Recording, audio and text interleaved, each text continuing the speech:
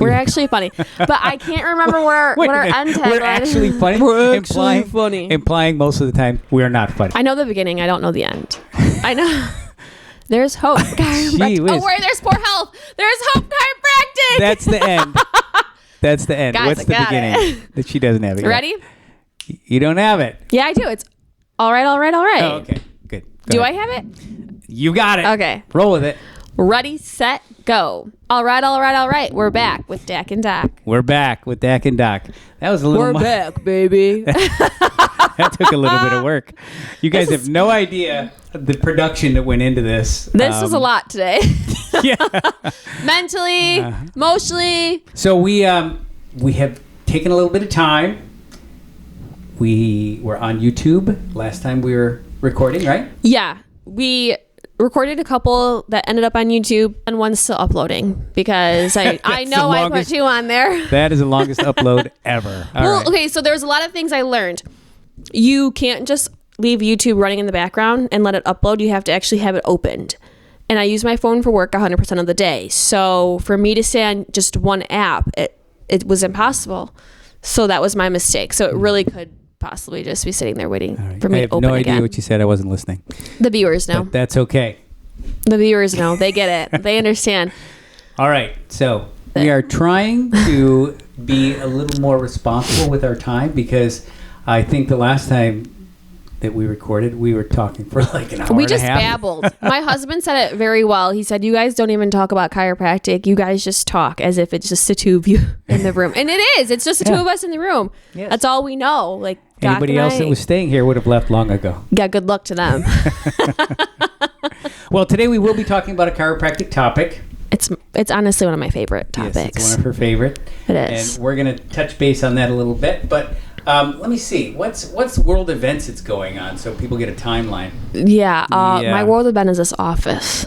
Yeah? Yeah. That's all I got for you. I got nothing either. There's nothing really interesting going on in the world right now. I got teeth. Oh, yes. Yeah. Now we have a camera. Yeah, I have teeth now. Yes. They're glittery. That's right. So fun. I have That's actually fun. coffee-stained teeth, but I'm not going to show those. No, you don't. We just looked at them. They're not coffee stained. Yeah, close enough. No. But he's fibbing. For those that can't see, he's lying. He does not have coffee stained teeth. What's on your agenda for Mother's Day? It's coming up. There's our timeline there you go. right there. Sunday is Mother's Day. 2026. I think I'm a little selfish when it comes to Mother's Day. I kind of am a selfish person when it comes to my little bit of time I have. I'm not going to lie about that. Like my little time I get is very valuable to me. And not to say I don't have a relationship with my mom or my mother-in-law. Like I do cherish them, but I'm a mom too. We've celebrated them long enough. So now I celebrate them on Grandparents' Day. And if they want to come over on Mother's Day, they're more than welcome. I'm totally fine with that. But I don't like to leave my house. I'll be doing nothing on Mother's Day. And if people want to come over, they can. Used to get like my grandma flowers and all the in-laws, like everyone, my mom. And now I think I get just my mom and his mom flowers. I don't. Oh. It's a little selfish. People are like, well, you still have a mom. I'm like, yeah, but I've celebrated them the past 20 years. Yeah. It's my turn now. Yeah. Get over it. You can see him the next day, right? Yeah. So we'll see my mother-in-law on Saturday, and then my mom is still trying to figure out what she wants to do. Well, there you go. Yeah. I think that sounds like a nice day. I can't wait to do nothing. I mean, it turns into something every time, but you're doing what for Mother's Day?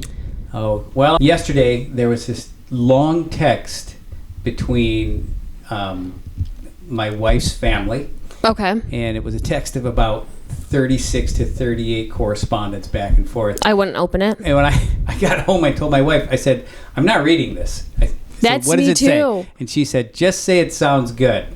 So I did. I said, sounds good. So what did you agree to? We're taking my mother-in-law out to brunch, maybe? I don't even know. I just follow the crowd like one of the kids, you know. That's and then fair. Pull out the wallet and pay at the end. So Yeah, I'll take your wallet to a Mother's Day, actually. it's a deal. Sorry. It'll be cheaper that way. Yeah, probably.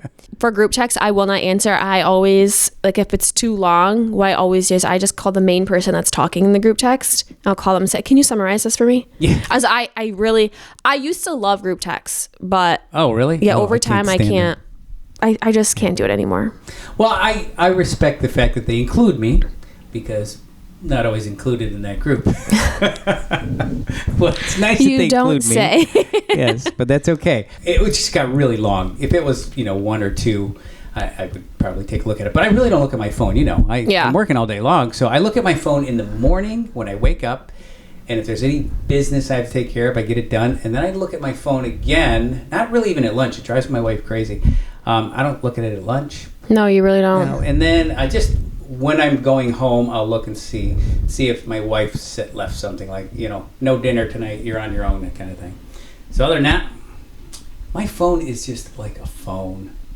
Yeah. Mine's not. But I don't have time or patience or the willingness to want to read more than a couple text messages at a time. I used to be so adamant on opening and responding to people. And then, really? Yeah, now it's to the point where I think I have like 37 unread text messages because in my mind, I'm like, oh, that's actually important. I want to give my full attention to responding to this. This text actually deserves a lot more than just an open and close. So I will leave it unopened and then I won't respond for like 3 weeks. I know. It's bad. I'm like, what have I become? I don't know. Yeah. Well, you're on your car. Do you have... No. My car is so old fashioned. Yeah. I have a 2002 Jeep. 2002. TJ. If anyone wants to get me a new hardtop, there you go. There you go. There's a good birthday present for her. Hardtop. Yeah, Mother's Day's right here. Figure Jeep. it out. Gosh. Jeep, what kind? It's a Jeep Wrangler TJ. Okay, there you Apparently the TJ is very important to know. I didn't know that. Jeep Wrangler TJ hardtop. Because all you got to do is say it. You and your husband, you guys I know, get we everything for magically free. come up with everything. Yeah. I don't understand how that happens, though, because I hate taking stuff for free, but that man loves to take everything for free. Well, boy, I'll tell you one thing.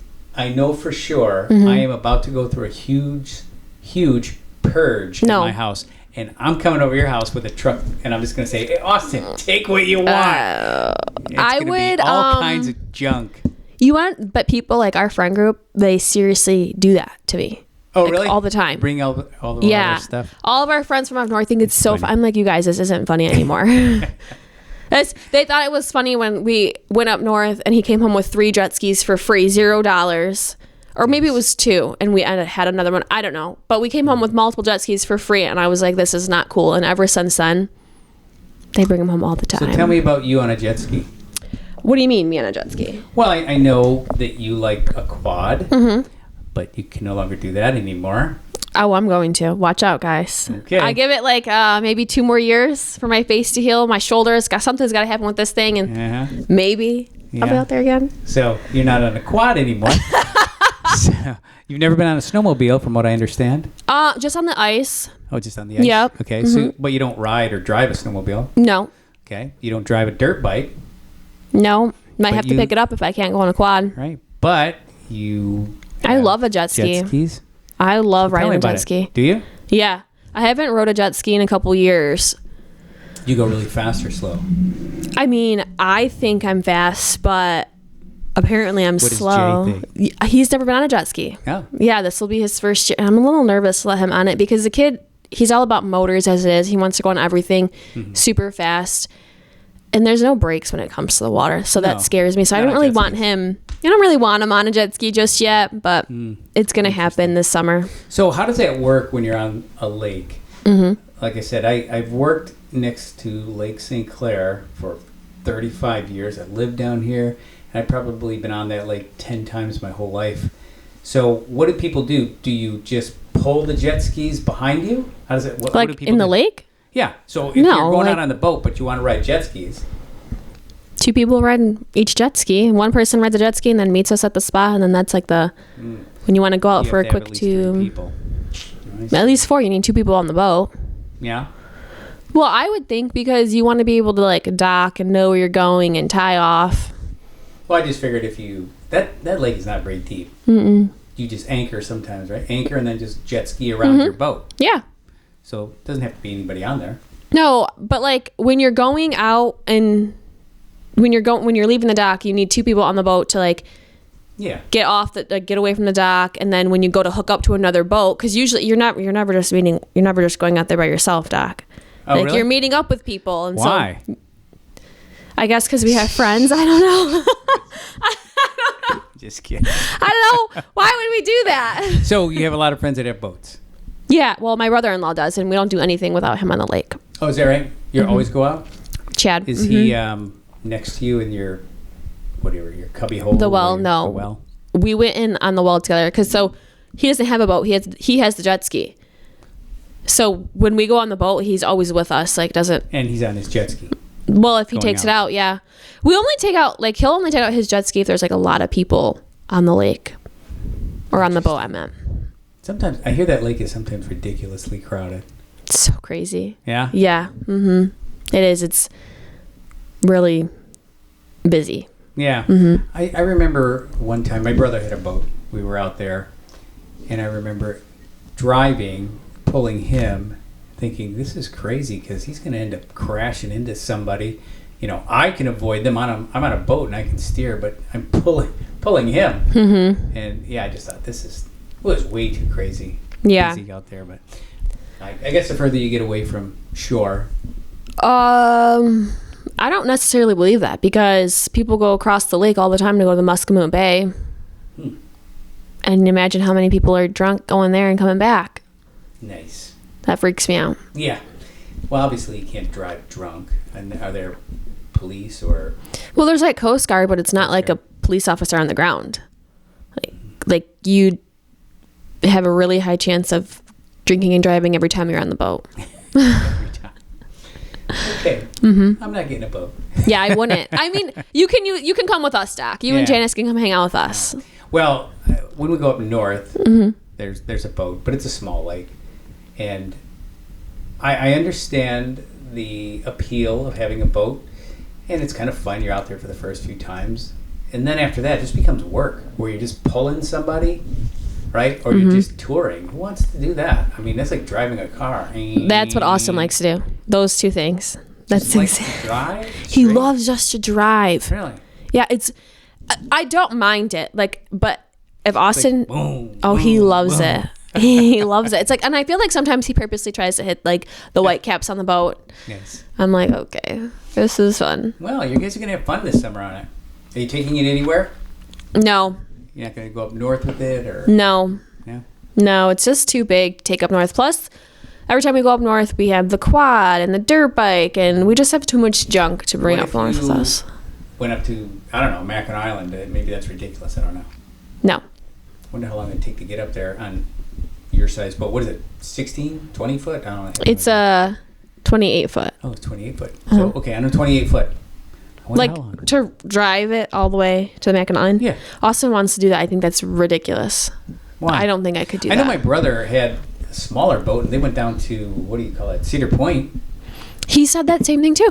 I don't like that idea. I'm going to start putting it in his ear. You need to go to Cedar Point. On your boat. He would love that. There's not like a road map to where you got to go, and I don't like that. They can go. I'll stay home. I'll drive. I'll drive. I'll drive. Okay. I have a feeling that you will be driving mostly. Yeah, probably. The other day we took it out for the first time, and Austin's like, do you want to drive the boat, babe? I'm like, no, I'm good. I'm just sitting here. I'm like, we can jump now anytime. Yeah. Let's go. He loves driving it, though. It'll be fun. I think you'll enjoy the boat. It sounds like you really enjoy it. Why would you go out and tie off and just party? Why not just have your friends come over? Because it's like you're on the lake. I don't have a pool or anything. Right, if it gets too hot, you jump in the water. The sun is like, what's it called? Reflects off the water. You can get a nice tan. Where do you use the restroom? I have a bathroom. Oh, do you? Yeah, I do. I have a bathroom. Everyone else probably pees in that water. Yeah. You know, what's that? I don't know if I'm saying this right. Jobby Nooner? Jobby Nooner. Oh, that's like a pee fest. Yeah. Could you imagine being in the water with all those people? That's like the Muscatine. The what? The Muscatine. Like raft off. French. It's like a huge, like, big party scene on the lake. Oh, is that right? It's like, I guess, like, this is like the dumbest but easiest, but it's like a club on the lake, but like all weekend, and it's like everyone. Is it there every weekend? I used to go almost every weekend. Yeah. Oh, so you can find the Muscatine. Yeah. Somewhere out there, right? Yeah. Yeah, I can't imagine. But everyone probably pees in that thing. Oh, you know they do, because most people don't have. Listen, as long as you're not pooping, I'm okay. So you can take a shower. Yeah. So yeah, interesting. You can take a shower. Why not just pull the water from the lake or jump in the lake instead of have a shower? Wash myself in someone else's pee? Oh, yeah. No. Okay. My skin is so sensitive that the algae it like makes me break out in hives, so I have to shower after every time. Mm-hmm. What else makes you break out in hives? Heat? Cat. Yeah. If I get too hot, I will. Mm-hmm. Yeah. Cats, like itching. Itching, yeah. I'm like literally allergic to myself, and I'll break out in hives. Allergic to yourself? Yeah, I don't know what it is. Detergents, I have to be very careful in the detergent. Mm-hmm. Don't use soap. I try not to. Certain body washes, shampoos, really, all that stuff. Yeah, if I use like what's it called, like a body mist with red dye in it, oh, my whole body's breaking out in hive. Yeah, you and red dye don't go along. No, we don't. So can you wear lipstick? Red lipstick? No. No? Nope. What about cheek stuff? Do women put that on anymore? Yeah, they do, but I can't use it. No red eye stuff? No? Interesting. Do you remember? I don't know if you remember, but I remember I had red nail polish on, and I couldn't pick up the pen. I was like, Doc, like, my hand is really hurting. Like, I couldn't, like, grip the pen good enough. Is that right? And you're like, you told me, you're like, does that have red dye in it? I'm like, oh. And I took it off. And it took me a couple days to get back to normal, but... Interesting. I don't doubt that. I don't remember the incident completely, but... Way to go. Several years ago, right? Yeah, it was a long time ago. Yeah. So, red's my favorite color, though, so it's that kind of sad I can't wear it. Can you wear clothes that are red? Clothes? Yeah. Yeah? Yeah. But, like, you know those, like, Mardi Gras beads? I can't wear those that are red because when you sweat, they rub off onto your skin. Wow. And then I get really it really sensitive. bad. Super sensitive. What about if grandma came up to you and kissed you on the cheek and she had I don't know. lipstick on? I don't know. I mean, because some people with peanut allergies, right? They can't even be in the same room as peanuts. Well, like with someone with a cat, if you have a cat and I touch your shirt, oh yeah, I will flare up. Interesting. So I don't know how it is with red. I've never actually paid attention. I just don't do red dye in my house to even have Austin know. Yeah. Well, we're going to talk about allergies, not today. But not today. Talk about allergies because it's that time of year. Yeah. Seasonal allergies are coming up. So, yeah, it's something that we're going to hit pretty heavily because there's a really detailed topic. People think of allergies as just, sinuses, runny eyes, runny nose. It's so much more than that. Yeah, there is. Like you said, you have red blotches. You have all kinds of symptoms associated with red. Yeah. We'll talk a lot about allergies. Yeah. And how that's going to tie into how chiropractic helps people with allergies. I have people all the time, over the years, people have come up to me and they've said all kinds of things from, hey doc, I never told you that I've had headaches for years and my headaches are gone, or I no longer have to take my thyroid medication or whatever it happens to be, or I have had allergies my whole life and now I don't have allergies anymore. It's not my job as a chiropractor to say I'm curing those things or taking away those things. It's all about getting your body to work.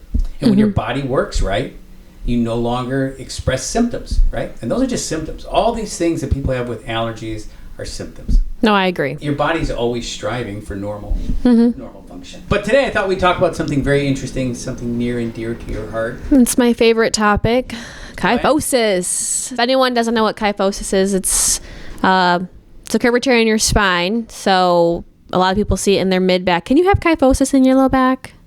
I'll show you. Okay. For those that can't see it, that can just hear it, we're going to explain it too. Yes. So a spine is designed from front to back. It's supposed to be relatively straight. Okay. When you look at your spine from the side, you have these normal curves that are supposed to be in there, and it looks fairly close to this. So you'll have a neck curve. This is called a lordotic curve as it curves forward, with this being the front of the person. Let me hold that. Front of the person. This curve going backwards right here is called a kyphotic curve. And then you have another lordotic curve in the low back, forward. So the kyphotic curve goes backwards this way. Okay. So it's like when you hunch forward. Yeah, so lordosis, kyphosis, lordosis. And then you have a bone down here that has a kyphotic curve, but it's a solid bone. However, in a child, each one of these bones are segmented, and so they can move and do move around, and consequently can be subluxated, which is one of our topics about a subluxation as a child in the sacrum that becomes a permanent issue, a structural issue. Once it solidifies, it becomes bone. A kyphosis is a hypercurve of the middle part of your spine. You may have seen people who walk like this or stand like this, and as a result, this kyphosis, a hyper or excessive curve of your middle part of your spine, can and does lead to a lot of health issues. So the structural part of that is traumatic because it closes down the abdomen where your viscera is. All the organs there are compressed. So the diaphragm is compressed. That's the muscle that we use for breathing. So the diaphragm can't move as far as it normally does as you compress the viscera like this. So that cuts down the amount of inhalation, in other words, how far the lungs can expand when you're breathing. And that in turn compresses the heart. Because it compresses the heart, the stroke volume oftentimes can be severely affected by that. That's the amount of blood pumped each time, how efficient the heart is. Also, another important one that people don't think about, just because of the biomechanics of a kyphosis, is the pancreas. The pancreas is an organ that is like a sponge. So the pancreas has to expand and contract to put pancreas chemical, if you will, what helps control sugar. It has to expand and contract to put that into your bloodstream. And if you compress a sponge constantly and never get enough room to expand, you're going to have problems with things like the pancreas. On top of that, the biomechanics. Biomechanics is structure, right? So we're talking about the spine, the ribs, all of that. Mm-hmm. So if you think about a hypercurve in your thoracic spine, the thoracic spine goes from the top of the ribs to the bottom of the ribs, for those of you who can't see my model here. And it's a forward bend, a severe forward bend so far that it causes the head carriage to move away from the shoulders. So the head is further forward than the shoulders. That in turn creates problems with the neck where people, instead of looking at the ground, they have to hyper extend their neck and causes pinched nerves, herniated discs, deteriorating conditions around the neck, and other dysfunction as well. So with a kyphosis, you have biomechanical problems, you have physiological problems, you have other parts of your body that are affected, like your cervical spine. Your clavicles, which are your collarbone, cave in on themselves, and so your shoulders don't move as well. The apex or the scapula, which is your shoulder blade, they rock out, and it restrict your forward movement of your shoulders or raising your hand over your head if you have a question. There's all kinds of physiological effects of that. Now, it's interesting because most children begin to develop kyphosis at a rate of somewhere around 4 to 6% of the population as an adolescent. Once they reach adolescence, the structural instabilities and kyphosis jumps up to around 38 and 39% of kids in the teenage years. Do you think it's because of texting? It's because of texting and it's because of gaming. Oh, I didn't even think about gaming. All those kids, they kind of slouch down in their chairs, sit way back, and they hold that posture for hours on end every single day with this forward hunch. Mm-hmm. And they walk around now, very little exercise, very little movement, and it becomes, I won't say a permanent, but it can be a permanent condition if you don't change what's happened. And now, simply by changing your patterns, like maybe you don't game as much, maybe you're exercising or trying to stretch things, you still have to correct what was caused, that structural instability. How do you do that? That's what chiropractic does, right? It changes structural instabilities, changes problems that you're having with your overall frame. And since your spine is the center part of your overall frame, you have to change the position of your spine. I have a kyphosis curve because I broke my back. And it's caused me to have this hunch. And I remember one time my blood pressure was pretty high and the doctors were like, oh, you need to take blood pressure medication. And you and I talked about it. And you're like, when was the last time you actually truly stuck with your adjustment? And I was like, ooh, that's a good question. You said, get adjusted at your normal adjustment pattern for 2 weeks and take it again. And it was normal. Yeah. It was fine. My blood pressure, it was just Her problem is here. And she has 3 compression Yes, fractures. it's T9, T10, and T11 for those that can't see. Yes. And so she has a 50% compression. In other words, one of these vertebrae collapsed, 50% of it collapsed. The one below it, 25% compression fracture, and the one below that is only 10%, but still 3 compression fractures. So it causes this type of posture for her. And just like we talked about, it can affect heart performance, your digestive, your circulatory, your endocrine, all these systems. So it's not to say that like your blood pressure is caused by, your spine being out of alignment or whatever, but I definitely say from my own experience firsthand, like that, you don't realize how much chiropractic care makes a difference until you go through it, until you do it, until you stick with your pattern and your schedule, and the benefits of it. Because I don't think that a lot of people understand the benefits. I don't think people really understand how it's all linked and how one misalignment in your mid-back can cause you to not be able to breathe right. Right. How much it restricts your breathing, or I don't know, asthma. I don't know. Yeah. Well, I'll take it one step further and say that, yes, if you have kyphosis, I guarantee the circulatory system, your heart is affected. So to what degree? Who knows? You should be evaluated, and you should try to find solutions to that problem. And that's what chiropractors do. We fix subluxation. That is by far the most significant problem biomechanically, structurally, neurologically with your spine that can happen. For sure. So it's not to say that it's going to be, I don't know, the world's fixing, he's God, right? It's not saying that, but everyone I think needs to dive deeper, there you go, into chiropractic care and really see all allergies, like we said, or your blood pressure or your breathing or whatever it is, like it's all connected. It goes right back to the center of your body, and that's your spine. Yeah. That's your spine. I say this all the time, and every time I say it, I say I stole this line from my dad, from a pimple to cancer. It doesn't matter. If you're subluxated, you will be better off. And so you can change the kyphosis. If you catch it early enough, you can change the cause of the kyphosis, therefore changing the kyphosis itself.